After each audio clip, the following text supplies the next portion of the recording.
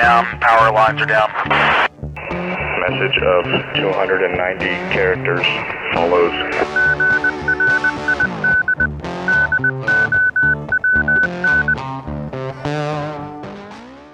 Hey guys, welcome into another episode of Grid Down Comms Up on the Prepping Academy podcast.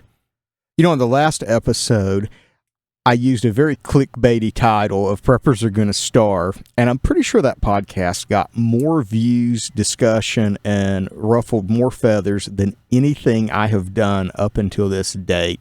So apparently clickbait titles really do work. So I may do a few more of those. I apologize. I don't like them either, but it gets views, and I'm trying to get this in front of a bigger audience. So yeah, we'll see. We'll see. I don't like it, but it is what it is. It was very interesting to watch the YouTube metrics and the views and all that back end stuff go crazy when I use the clickbait title. So anyway, wanted to come to you guys today with a topic that I have been very hesitant to discuss for a number of years.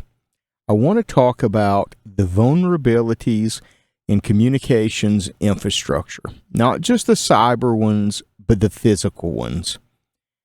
And given my situation, I have to be careful in what I say because I don't want to say too much. So we're going to try this, and I'm going to talk to you guys about why you really need to have a communications plan B, because at some point, either regionally or nationally, a lot of this stuff is going to fail, possibly by some sort of foreign actor or other malicious action, not just an accident. But before we get into that, I want to talk to you guys about PrepperNet's annual get-together called Bug Out Camp. It will be this October, and I want to remind everybody that listens, maybe you don't check out the preppernet.net site very often. If you don't, you need to check out the preppernet.net site and check out the information for Bug Out Camp. It will be this October. Dates, information, all that stuff is available at preppernet.com. But here's the deal. You need to reserve your camp spot at Stone Mountain, North Carolina on that weekend. That's not something we do. You need to make your reservations with the park. It's already filling up. There's only a handful of RV spots left as we speak, and just a few more regular tent camping spots. So if you want to come, you need to take action now and secure your spot, okay? Now, as we look back at communications and infrastructure vulnerabilities and look at kind of what we want to talk about, I think we need to have this discussion because the world is becoming a more dangerous place every day. The conflict in Iran that could potentially spread outside of those borders. There's domestic issues. There's domestic conflict. There are accelerationists. There are so many different threats out there that it is very, very concerning to anyone who is looking at what this could cause. And one of the ways that often is leveraged to cause disruption during some sort of attack. We saw this in Israel a few years ago. Cell networks were knocked down. Communications were knocked down. Many of these things go hand in hand with power infrastructure as well. So I'm going to have this conversation, and we're going to dance around a few topics. The first thing that we need to talk about is the current situation with our telecommunications system. Now, most of you who are listening probably have fiber internet at home right now. Maybe you've got Starlink. There's an assortment of different options out there for high-speed internet. And we have started to migrate all of our communications, our voice. If you make a phone call on your cell phone or on your desk phone at work, all of that stuff is IP data that is packetized and sent over the internet or over a packet-based network. This is very different from the networks that were built starting 100 years ago or better to build a telephone network that was redundant, resilient, and in later dates, able to survive potentially nuclear war. Okay? This is just something that was built in to our telephone network as we knew it. There were parts of the telephone network reserved for the U.S. military's use. The Autobahn network that was created for the U.S. military back in the 1960s. It was part of the AT&T network, part of the phone network kind of as we know it, and was shuttled around the U.S. and offered higher precedence level for the calls so it could get priority and always get through even if lines were busy. Now, there's a lot of technical stuff into that we're not going to get into, but one of the things that's important to understand is the interconnecting cables, the trunks, the lines, the stuff that went from phone company's central office to central office across states and around the country. Most of those critical systems were buried very deep, some of them very, very deep, to be able to withstand attacks during wartime, not only accidental interrupts, what we call backhoe fade now when someone digs through a fiber line. The buildings themselves, you guys have driven past a phone company's central office. It's usually a big, huge concrete block building with no windows. Okay, some of those were designed to be fallout shelters during the Cold War. All of this stuff was overbuilt with the intention that this has to work 99.99999 times out of 10. A downtime of less than 5 minutes a year was acceptable. This system was built, like I said, to withstand war. And this system is being disassembled and abandoned as fast as companies can humanly possibly do it now. They would have abandoned it years ago if they thought they could have. And now they're doing it, even though there may even be some question as to whether or not they're allowed to do it. They're doing it anyway. And they're replacing it with a new system that is a best effort. The pipe provides a certain amount of information. Pipe provides a certain amount of data throughput. And they attempt to keep that operating as close to 100% of the time as they can. But if it doesn't, well, too bad. So sad. I guess you should have had a backup carrier. So that need for redundancy and resilience has been pushed back to you, the user. And this is very concerning when you look at it from the perspective of governments, critical services, infrastructure, day-to-day life, those sorts of things, because most people assume that when they pick up the phone to dial 911, that someone is going to answer the phone and that call is going to go through. But as we saw a number of months ago when Verizon had a software issue, and many people could not place telephone calls, this became a very real reality that they didn't have any recourse on how to call for help. Okay, there's a lot of critical infrastructure systems, potentially for power systems, water, sanitation, that also travels across these networks. And the companies do the best that they can in order to ensure that these networks are robust, but they are not built to the same standards that the old system was. And in the event that we find ourselves in a domestic conflict, some sort of terrorist attack, a variety of things, these systems are far, far, far more likely to go down and be unavailable than the older systems were. And that's something that we must consider. Now, a lot of folks are thinking, well, what about Starlink? Well, Starlink does provide an excellent alternative solution, but it's far from infallible. I have an article here from Tech Radar, April 17th, 2026. Starlink outage left dozens of unmanned U.S. Navy vessels stranded off the California coast and exposed the Pentagon's worrying reliance on Musk. You want to look that up on Tech Radar, read the whole article. There's some interesting stuff in there, but let's just get down to the brass tacks of it. If you are depending on Starlink, as we have, and it's not just Starlink, it's satellite communications. We've become very dependent upon satellite communications. In a conflict, this stuff is going to go down, because on a good day of the week, on a Tuesday in April, when nothing is going on and the skies are blue, this stuff fails, okay?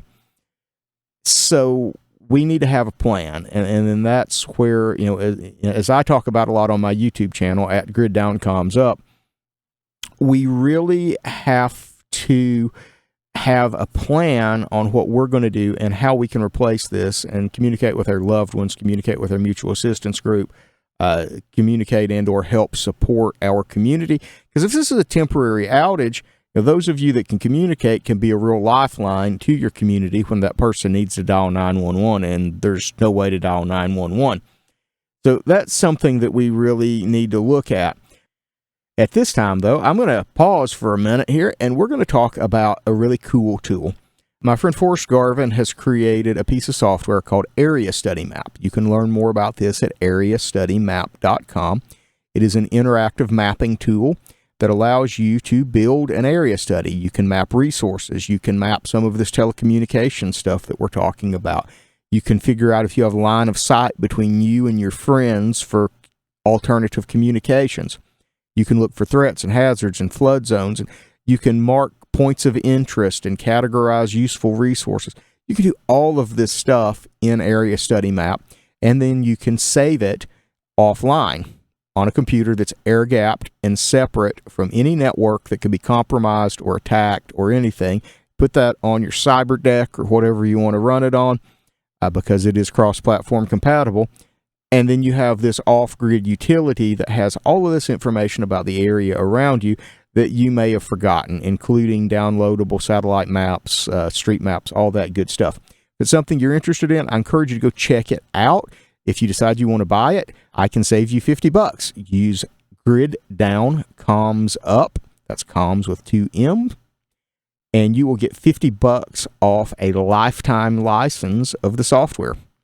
So if it's something that you, if you go check it out, you like it, save yourself a little cash, but do check out the software. It's really cool. I've been looking around at some properties near me, used Area Study Map to find all the streams, the floodplains, where the nearest fire station is, where the nearest utility substations are, any right-of-ways that are marked, utility lines, that sort of stuff that are nearby. There are things that I would want to consider as I'm looking at that piece of property. So, very cool tool, very handy tool if you're trying to figure out something about a new area as well. Now, back to our communications problems, because we have got a lot of communications problems to talk about. We've talked about the fact that modern stuff is not as robust. It's physically not as robust. Fiber, in most cases, is not buried nearly as deep as some of the old copper was. We saw a lot of that during Hurricane Helene, that when the floods or landslides near the edge of the road came through, they took out all the fiber. You saw a lot of spaghetti of the orange fiber introduct all over the place in North Carolina and Tennessee. Some of that stuff was just from storehouses and storage depots that got washed away, but a lot of it came out of the ground as roads and other things were washed away, because it's buried deep, but it's not that deep, okay? You can still hit it while you're digging in your front yard, installing a fence, kind of not deep, okay? So also, remember, dial 811 before you dig. Don't be that guy, right? That lack of resilience, that stuff, it's all being pushed on you. We're going to charge you more for the service, and we're going to be less responsible for the service, and that responsibility is on you. So you need to figure out what that resilience means for you. Now, another interesting thing in the lack of resilience that we're starting to see is many carriers are pushing towards a cellular last mile. And what the last mile is, in telephone company speak, is it is the cabling that goes from the central office to your house. It is usually about a mile in cable length, sometimes more, but it is the cable that connects you to the network. And that's an expensive thing for them to maintain. And a lot of carriers, rather than being required to make sure that they can get fiber optics to your home, are going, oh, we can replace that with a cellular modem and a cellular plan to get you internet. So we can technically deliver service to that address. Well, again, that's pushing off that last mile responsibility on you, because if you don't have electricity, that cellular modem's only going to last for so long with the batteries that are in it. Whereas the traditional copper telephone line was backed up by batteries at the central office, and it would place a call hours, days, weeks after the power had been out, because the central office was providing power to make that call. Well, now it's up to you to make sure you have power to operate that device. So as we're figuring out what that redundancy means to you, it's starting to sound a lot like you need multiple carriers and your own backup power and all kinds of stuff to maintain the same kind of service that you had before. Now, this is a significant consideration if you want to be prepared, not just during the end of the world, but during even a small to moderate natural disaster. How many of you guys have ever been in an SEC or a Pac-10 stadium during a football game? Did your phone work very well? No, it usually doesn't work at all. And a lot of that is because the number of people in that space are overloading the cell sites. It used to be that we overloaded the number of calls that a cell site could handle. Now we just overload the amount of data that it can handle, and things grind to a stop. The same thing happens in a natural disaster, especially in an urbanized area when everybody picks up their cell phone. I mean,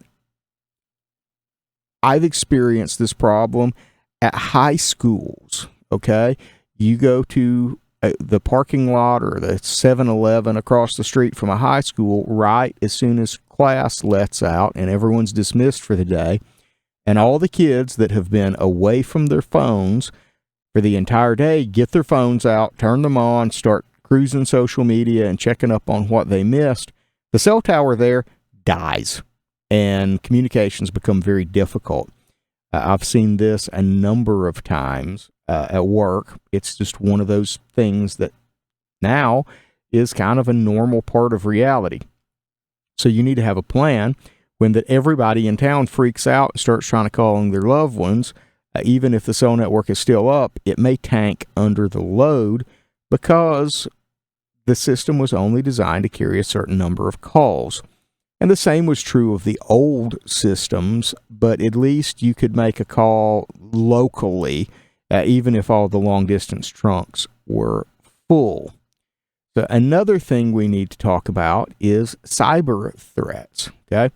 The old mechanical phone systems weren't really at risk of cyber attacks. They were mechanical.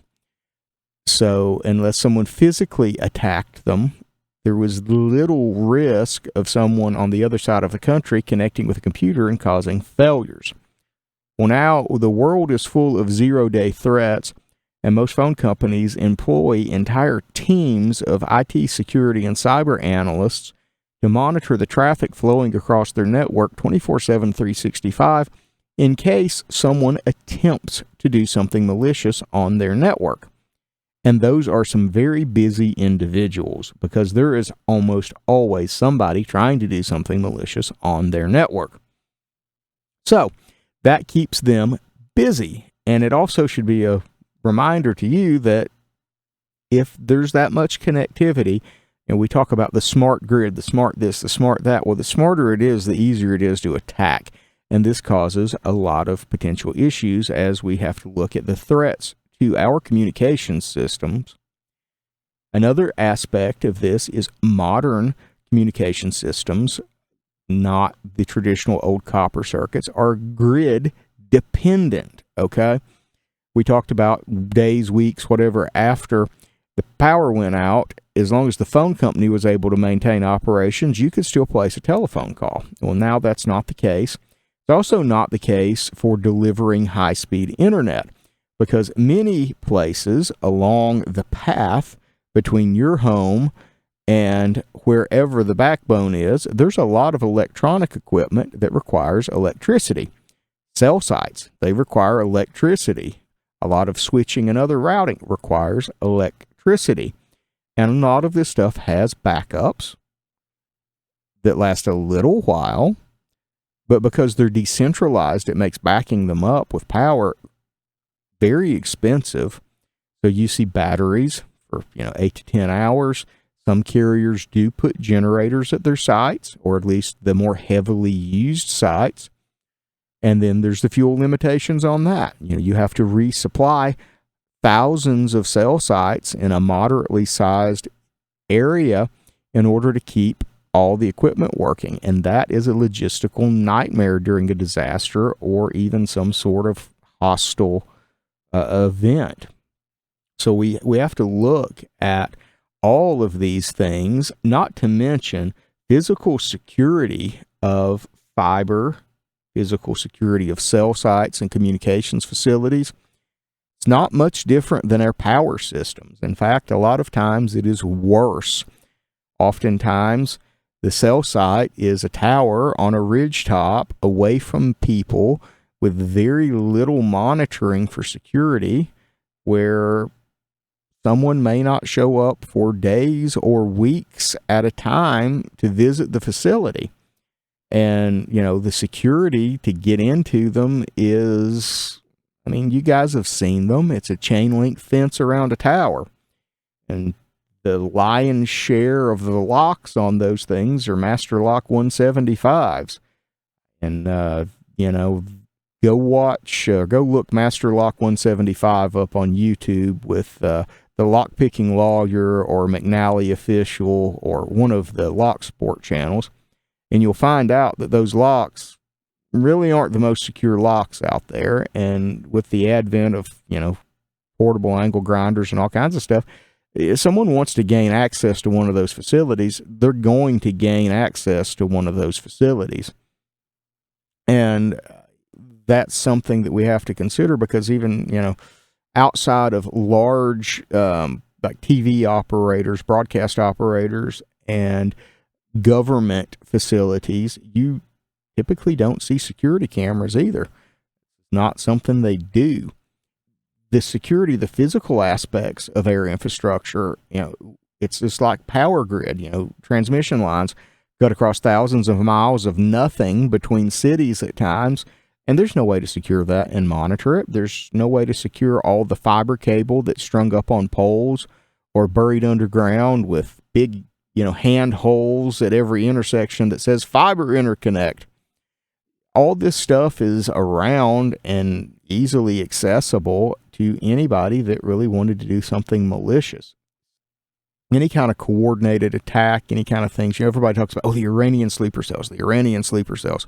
Well, I'm beginning to doubt the Iranian sleeper cells exist, because I would think by now they would have done something. But, whatever, the Chinese sleeper cells, you name it, whoever the amorphous blob of bad guys are that is of this day, if they really wanted to do something and coordinate attack to take out communications over an area, they could probably do it. And they would have plenty of time to do it. So that's another thing that we have to consider, is we are not operating a hardened grid. We are not operating a resilient grid. We are operating an extremely fragile spider web of equipment that is connected by glass, not spider web, that's actually fairly tough. And this whole thing is very fragile. So we have to now, in today's day, realize that our communications system is worse than it was 75 years ago or 50 years ago, as far as its resilience to attack and resilience against threats, either man-made or natural. That brings us to the point of, do you have a communications plan? Do you have a plan when the cell phones stop working, when the push-to-talk over cellular connections stop working? And that's beyond the scope of today's podcast. I just wanted to talk about the fact that this is a major risk, guys, and I could spend all day telling you about the dumb stuff that I have seen at communications facilities. Okay? Been doing it for a long time. You see a lot of stuff. And I encourage you guys that you would build a plan. I'm trying to build a library of videos over at Grid Down Comms up on YouTube. If you aren't a subscriber to my channel, I would encourage you to go subscribe.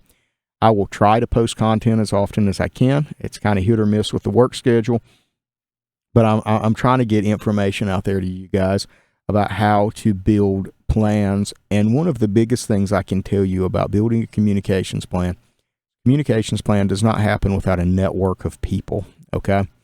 You cannot build a communications plan and go, I am going to answer all of the communications problems that are needed all by myself, and no one else is going to have to help me, and I will be able to answer all of my family's communications needs. This is probably not going to happen, okay? You are probably, at least unless everybody lives in the same town and everybody's relatively close together, you're probably going to need some help of some sort, because everybody's not a communications person. And I'm actually going to do either a podcast or a video on being the communications person for your mutual assistance group or whatever it is. We're going to talk about some of the things that you need to do and offer and provide, and understanding kind of what your role is. That being said, I hope you guys enjoyed today's show. I hope it didn't scare you all too much. Don't act out of fear. Please don't do that. Act out of knowing and preparation and thorough thought, because acting out of fear, I don't want you guys to come here and listen to get all riled up and worried about things. I want you to listen and take proactive steps to not have to worry about this stuff anymore.